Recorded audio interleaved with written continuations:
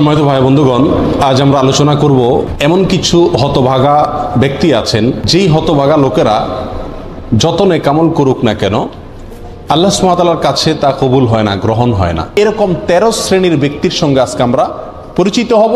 এই 13 ক্যাটাগরির কোনো একটিতে যদি আমরা কেউ থাকি, তাহলে ইবাদত কবুলের যে মৌলিক শর্ত আছে সেই শর্তগুলো পাওয়া সত্ত্বেও আল্লাহ সুবহানাহু ওয়া তাআলা আমাদের ইবাদত গ্রহণ করবেন না।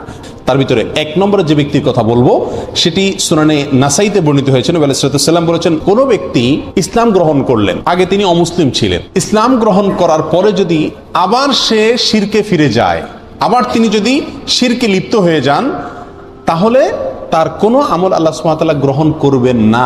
যদি সেই শিরকে লিপ্ত হওয়ার পরে তওবা করে আবার মুসলমানও হয়, তবুও তার আমল গ্রহণযোগ্য হওয়ার জন্য শর্ত হলো হাত্তা ইউফারিকাল মুশরিকিনা ইলাল মুসলিমিন।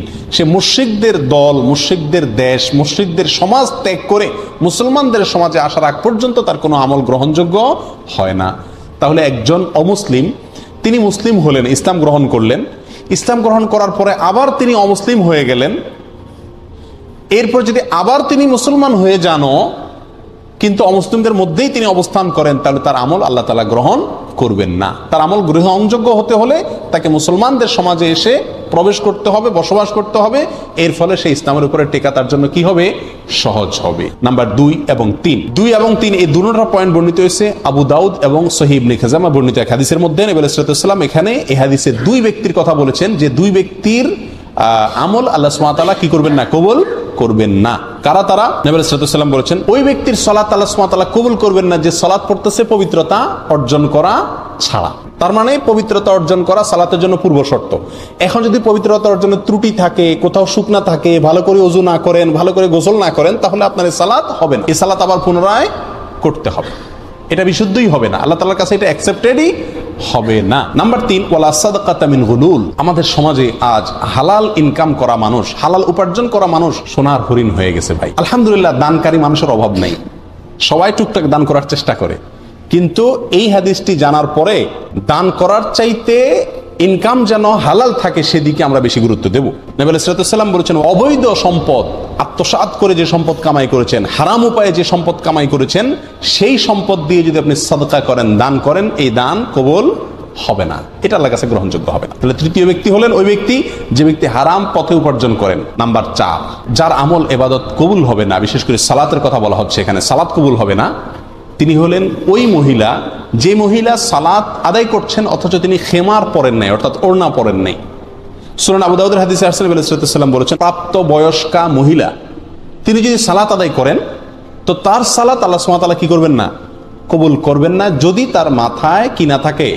ওড়না না থাকে। অর্থাৎ যেভাবে সতর ঢেকে সালাত আদায় করা দরকার, সেভাবে যদি সতর না ঢাকা হয় তাহলে তার সালাত হবে না। মহিলাদের সালাতের মধ্যে সতর হলো তার মুখমণ্ডল ছাড়া, এবং অনেক উলামা ইকরাম বলেছেন 2 হাতের কবজি ছাড়া এবং 2 পায়ের পাতা ছাড়া, কেউ কেউ পাতাকেও যোগ করেছে। আর বাকি পুরো শরীর ঢাকতে হবে, মাথার চুল সেটাও দেখা যেতে পারবে না, খোলা থাকতে পারবে না, কাঁধ, বুক, পিঠ কোনো কিছু খোলা থাকতে পারবে না, হাতের বাজু, গোছা, বাজু, বাহু কোনো কিছু খোলা থাকতে পারবে না।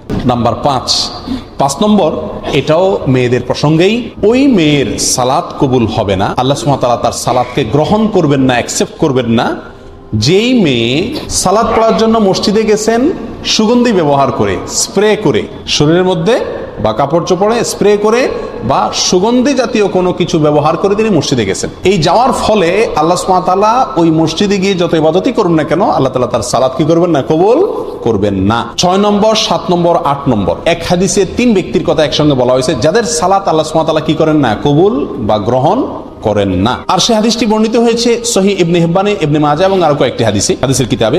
নবী আলাইহিস সালাম বলেছেন, সালাসাতুন, 3 ব্যক্তি আছে যারা নামাজ পড়লে তাদের নামাজটা মাথার 1 বিঘত উপরে উঠে না, আল্লাহর আরশ পর্যন্ত যাওয়া তো পরের কথা, অর্থাৎ তাদের এই সালাত আল্লাহর কাছে কবুল হয় না। সেই লোক কারা? হতভাগা।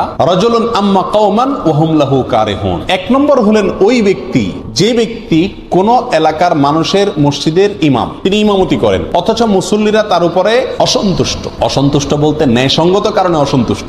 নাম্বার 2, ওই মহিলা যিনি সারাটি রাত কাটিয়ে দিলেন অথচ সারা রাত তার স্বামী তার উপরে অসন্তুষ্ট। যদি স্বামী অন্যায়ভাবে রাগ করে থাকে, গায়ের জোর রাগ করে, সেটা ভিন্ন কথা। 3 নম্বর, আব্দুন আবেক, ওই গোলাম বা কৃতদাস যে মালিক থেকে পালিয়ে গেছে।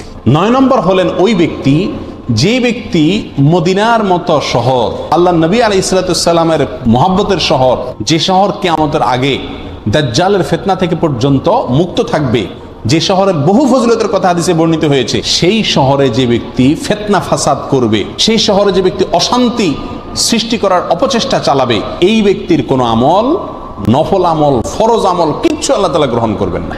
এরপরে আসি 10, 11, 12 তিনটা পয়েন্ট আসছে এক হাদিসে।